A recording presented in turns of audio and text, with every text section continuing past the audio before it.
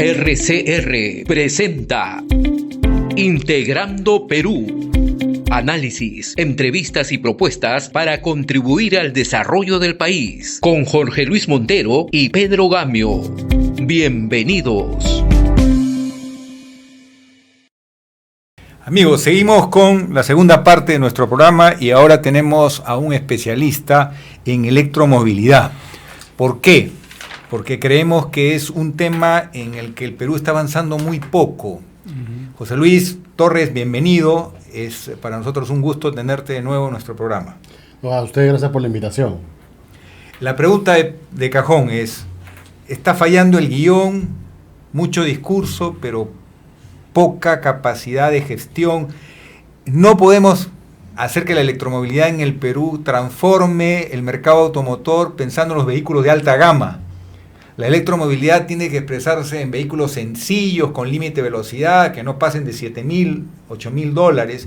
No hemos hecho ningún esfuerzo en ese sentido y por lo menos 2 o 3 líneas en Arequipa y en la ciudad de Lima metropolitana donde hay carga rápida ya con buses eléctricos. ¿Por qué no estamos cumpliendo con el discurso? Ojalá hubiera una respuesta sencilla, pero creo que son varios ítems que van sumando a que no avancemos. El primero, creo que es institucional. Tenemos 2 semanas sin presidente de ATU. Y si queremos, y tú lo has mencionado bien, o sea, uno de los ejes que da tracción al cambio de matriz energética es el transporte urbano. Y con 2 semanas sin autoridad de transporte, sin presidente de la autoridad de transporte urbano, ¿cómo pretendemos avanzar? Porque han estado en una nueva gestión, no mucho tiempo, están haciendo mucha articulación y sin embargo un día te quedas sin presidente. Entonces, ¿cómo avanzas? ¿Cómo avanzas con sus corredores verdes? ¿Cómo avanzas con su normativa de bus? Ese es un punto, estamos descabezados. ¿Qué más? Y yo creo que lo hemos mencionado aquí y en la conversación previa es objetivos claros, claridad, objetivos, metas. Y eso parte, insistiré las veces que sean necesarias, en un plan país. El plan tiene que haber una meta, ¿no? Vamos, señores, vamos al año 2030, queremos que el 30%... Los alemanes ayudaron al Perú, a la GIZ, con un estudio, decía 10% del parque automotor al 2030. El Estado lo bajó a 5%, pero ahora ni siquiera 2%. No, porque, por ejemplo, tenemos congelado en el Congreso 14 proyectos de ley de electromovilidad, todos en predictamen, y tenemos una intención del MEF de sacar una ley de electromovilidad con incentivos, pero que sabemos que quedó en una presentación pública, pero no sabemos hoy día en qué está. Y ahí estaban claros los objetivos, incentivos A, B, C, y el objetivo era transporte urbano, transporte de carga, gas y eléctrico, ambos por el mismo lado. Pero la presentación, todos aplaudimos, todos contentos, pero no ha habido más avance, o no sabemos en qué parte está. Falta liderazgo. No hay otra explicación. No hay otra explicación. Pues, liderazgo con metas claras, ¿no? Vamos a ir de punto A al punto B y vamos a hacer los siguientes pasos. Entonces yo creo que es un tema más de decisión política. Y decisión política acompañada de buenos cuadros técnicos que puedan acompañar la transición. Y habrá muchas horas por conversar. Los jóvenes han hecho un esfuerzo indudable por usar pequeños equipos de transporte eléctrico. Eso ha sido un poco, se les ha cortado las alas, haciendo que el reglamento restrinja la posibilidad de ir al trabajo o al estudio con estas pequeñas formas de electromovilidad. ¿Tú qué opinas? ¿Está siendo irracional el Estado? En lugar de fomentar, ¿está siendo restrictivo? ¿O es un problema de inseguridad? ¿Cuál es tu opinión? Hay que ver que no tenemos, obviamente como país, adolecemos de un sistema integrado. Entonces, al no haber un sistema integrado, lo que está pasando, lo que pasaba en el Perú, es que cada quien comienza a ir a la velocidad que quiere, por donde quiere. Y es un tema también de ciudadanía, ¿no? Si tú estás en un dispositivo, por más chiquito que sea, comparado a un peatón, tu velocidad es mucho más grande. Entonces, es un tema también de educación cívica. Entonces, al no autorregularnos, pues hemos caído en que la autoridad ha comenzado a ser más restrictiva. Pero ser restrictivo es el camino, o ser educadores y ver que las cosas caminen. Hay que mencionar también que en el mundo la micromovilidad está de alguna manera también que se reduce, ¿no? Creo que fue un boom y ahora se está autorregulando y las empresas se comenzaron a absorberse entre ellas. Pero ves una parte de civismo y una parte de que hay que regular lo mínimo indispensable. Pero yo creo que más parte del civismo. Tú estás caminando por una vereda, viene alguien a 15 kilómetros por hora, hay una diferencia, ¿no? Total. Entonces ahí yo creo que también es un poco del civismo que tenemos que tener. Pero y ciclovías y vías 15 reguladas. kilómetros por hora es el futuro. Seguro.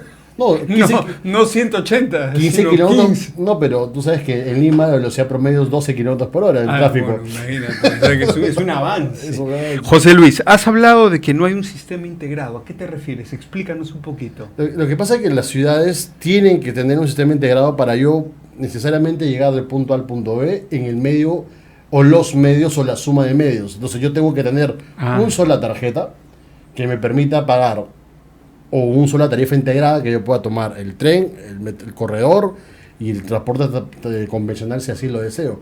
Pero ¿qué pasa hoy día en Lima y Callao? Tenemos una tarjeta del metropolitano, distinta a la tarjeta de los corredores, distinta a la tarjeta de la línea del metro 1. No está ni siquiera integrado a nivel tarifario. Entonces, eso para empezar, que parece fácil pero no es tan sencillo, es el ejemplo donde tengo un sistema integrado y por lo tanto tengo rutas que se superponen. Estamos hablando que ATU siempre menciona que en Lima y Callao tenemos aproximadamente 40% de superposición de rutas. O sea, unidades que hacen la misma ruta, 40%. Ineficiente totalmente. ineficiente. ¿Y el chatarreo famoso, Pedro, qué pasó? El chatarreo también se ha quedado en el camino porque fue un gol importante. Hay alguna iniciativa para que esto forma parte de los incentivos para la masificación del gas natural en el transporte que fuera de Lima y Arequipa ayuda porque es un combustible menos contaminante y más barato que el diésel y las gasolinas o que el GLP, pero yo creo que no podemos descuidar la electromovilidad y ahí viene una pregunta donde sí se puede desarrollar masivamente la electromovilidad, que es Lima y Arequipa y ojalá otra ciudad del Perú. Veamos los lugares críticos: Santa Anita, Atevitarte, San Juan del Lurigancho, son distritos donde hay 3 veces más contaminación que en San Borja, en Surco y Miraflores. Ya esas personas están condenadas a vivir 5 años menos, aparte de un conjunto de enfermedades. Es urgente una declaratoria de emergencia ambiental que puede ir de la mano con pilotos de desarrollo de electromovilidad. Yo creo que no hay que hacer declaratorias de emergencia, lo que hay que es cumplir los compromisos de la NDC. O sea, como país, tú estás en París, la COP28, hemos asumido compromisos. No puede ser papel firmado. Pero lamentablemente somos parte de esa larga lista de países del tercer mundo que no han cumplido sus compromisos declarados a nivel presidencial. En el Perú, dos gobiernos, el presidente García y el presidente Sagasti, han firmado ante Naciones Unidas que iban a honrar esas contribuciones. Hasta ahora el Perú está en el gran grupo de países que no ha cumplido, pero por lo menos en los distritos donde la gente está siendo seriamente afectada en su salud, hacer programas que aceleren el esfuerzo, porque en Lima se puede empujar la electromovilidad. ¿Esa es una posibilidad concreta en tu opinión? Pero por supuesto. Ahora, sin cabeza de ATU va a ser difícil, porque todo el transporte urbano en Lima y Callao depende de la Autoridad de Transporte Urbano. Otra vez, regresamos al inicio de la conversación. Estamos descabezados, hemos perdido institucionalidad, entonces ATU tiene claramente el plan regulador, tiene claramente las rutas verdes, tiene apoyo de comunidad internacional para hacer programas pilotos, lo tiene, pero sin cabeza, sin planes. Entonces, ¿cómo caminamos articulados si cada quien camina por su lado? Si Minian hace una cosa, Minan hace otra cosa, MEF hace otra cosa. Entonces, falta ese liderazgo único, articular todos los esfuerzos para poder priorizar lo que tengamos que priorizar. Hoy día ATU tiene 3 rutas verdes totalmente definidas que van a ser con buses eléctricos. La tiene clarita. Y en marzo va a ser una convocatoria para una 4ª interna. ¿Qué falta? Yo creería ahí, lo que falta es, y gracias por la pregunta, porque es que MEF juegue partido para que eso sea negocio. Tiene que ser rentable, tiene que haber un tema de, seguramente en este primer piloto, no tanto, pero pensar en el subsidio. Tenemos que validar que el negocio más que la tecnología. Urgente, la asociación en la que tú estás hace años tiene que reunirse con el nuevo ministro de Economía y ponerlo al corriente, porque el cambio de ministros puede significar un retraso también. Sí, o un adelanto, esperemos. Ojalá. Entonces sí, yo creo que hay que sentarnos todos los actores y demostrar en números los costos total de mantenimiento, los costos total de ownership, de total, lo que cuesta tener un vehículo y compararlo con las otras tecnologías y ver que sin incentivos no vamos a poder... ¿Ustedes han hecho los números? Sí, claro. ¿Y qué tal? Que necesitamos el incentivo, si no, el número no se... ¿Por cuánto tiempo? No, se tiene que analizar a 12 años, ¿no? El negocio financiero. El costo de inversión del vehículo todavía es muy alto. Ahora, es curioso porque siempre en el Perú tenemos el error de comparar con el gas. Y es un error porque aquí lo que hay que hacer es eliminar la importación de diésel. Exacto, el gas todavía es una promesa no cumplida en regiones. Y lo tenemos barato. Falta mucho por hacer. Además, otra vez, importamos el 80% del diésel y el Fondo de Compensación de Precios de los Combustibles ha gastado $15.000 millones, o sea, en los últimos años. Estamos hablando de 10 veces la jubilación de acá, 15 veces el programa de niños. Entonces, el problema no es ni el gas ni el eléctrico, es que los dos tienen que sumar a la... Esa es transición energética. A reducir la importación de diésel, que aparte no lo controlamos. Y también estamos 1/3 importando GLP. No, pero para acabar la idea, entonces ya por sí tenemos un tema, pero nadie nos dice, porque todos hablamos de masificación de gas natural, que está bien, pero nadie nos dice, por ejemplo, que un operador de buses que quiere poner gas natural, nadie le dice que tiene que gastar, si es que la red de gas pasa por su sitio, $1 millón en el surtidor. Y nadie le dice, o mejor dicho, todo el mundo se pregunta por qué no hemos masificado el gas en el transporte urbano. Porque cuando un operador pregunta y la red de gas no pasa, le cuesta $70 millones hacer que la red pase y tener su punto de suministro. Cuando un patio de recarga de buses eléctricos seguramente está por el orden de los $5 o $6 millones. Entonces, en realidad, no hemos masificado porque también hay un tema de red, porque hay costos ocultos y hay que sincerar las tecnologías y decir a quién le falta más apoyo. No es competir quién es mejor o quién es peor. Es sincerar y decir, acá hay más apoyo, acá falta apoyo, nivelemos la cancha para que todas compitan. Y hay un complemento además, ¿no? Un complemento porque en Lima la electromovilidad tiene camino, pero en este momento en Huancayo, por ejemplo, el gas natural puede hacer mucho más. Entonces hay que converger. Exacto. José Luis, tú acabas de mencionar algo que está ahorita en la sartén. Has hablado, y lo cual es absolutamente cierto, la fortuna que le cuesta al Perú importar diésel y GLP. Y tú sabes, mejor que yo, que la nueva refinería de Talara puede producir a partir de crudos pesados, que son los que tenemos en la selva, puede producir, y además porque tenemos la tecnología para hacerlo, puede producir el diésel y el GLP que importamos. ¿Cómo ves eso? Ahora que se está hablando tanto de Petroperú, que esto y que lo otro. Oye, nos cuesta una fortuna diésel y GLP y Talara lo puede producir y de hecho ya lo está produciendo a partir de crudos pesados que se traen de la selva o se importan baratos.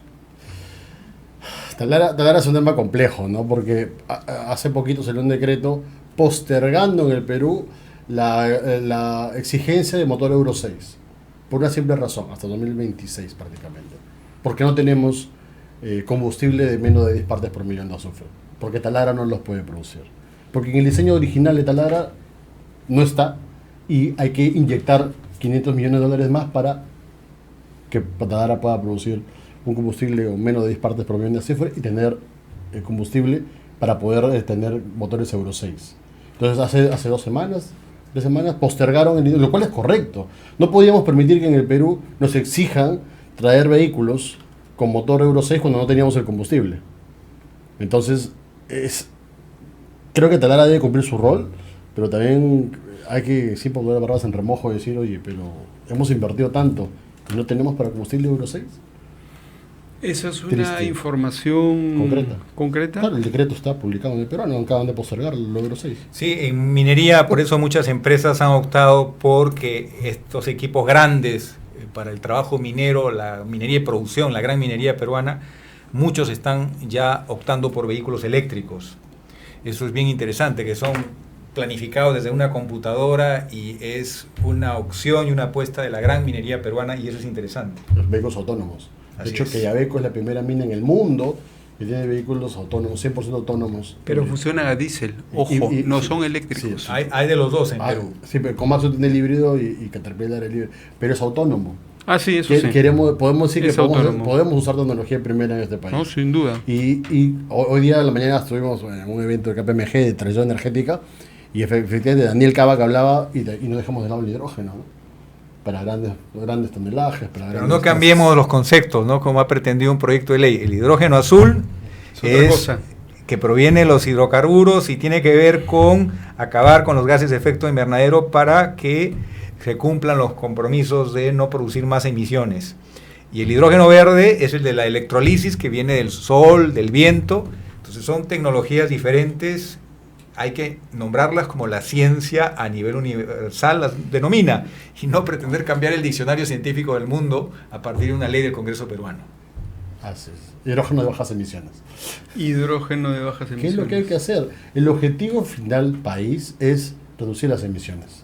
Y para reducir las emisiones va a sumar el Euro 6, va a sumar el gas, va a sumar la electromovilidad, va a sumar el hidrógeno, el verde, el azul. Todo suma a un solo objetivo, reducir emisiones. Que son los compromisos internacionales que hemos suscrito. Exactamente. José Luis, yo quiero agradecerte esta participación.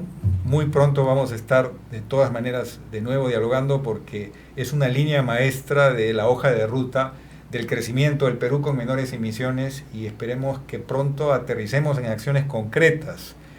El Perú es muy bueno para, como dicen, el texto del discurso y las intervenciones en las reuniones internacionales, pero falta arreglar la casa. Hay que ejecutar las cosas. Lo que nosotros comprometimos es que ejecutarlo. Y para eso todos tenemos que sumar. Así es. Gracias, José Luis. A ustedes, gracias. Siempre es un gusto grande tenerte en Integrando Perú. Hasta la próxima semana, amigos. Hasta luego.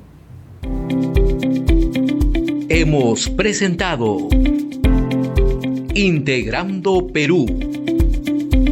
Retornamos en nuestra próxima edición con más entrevistas y el análisis para contribuir al desarrollo de nuestro país.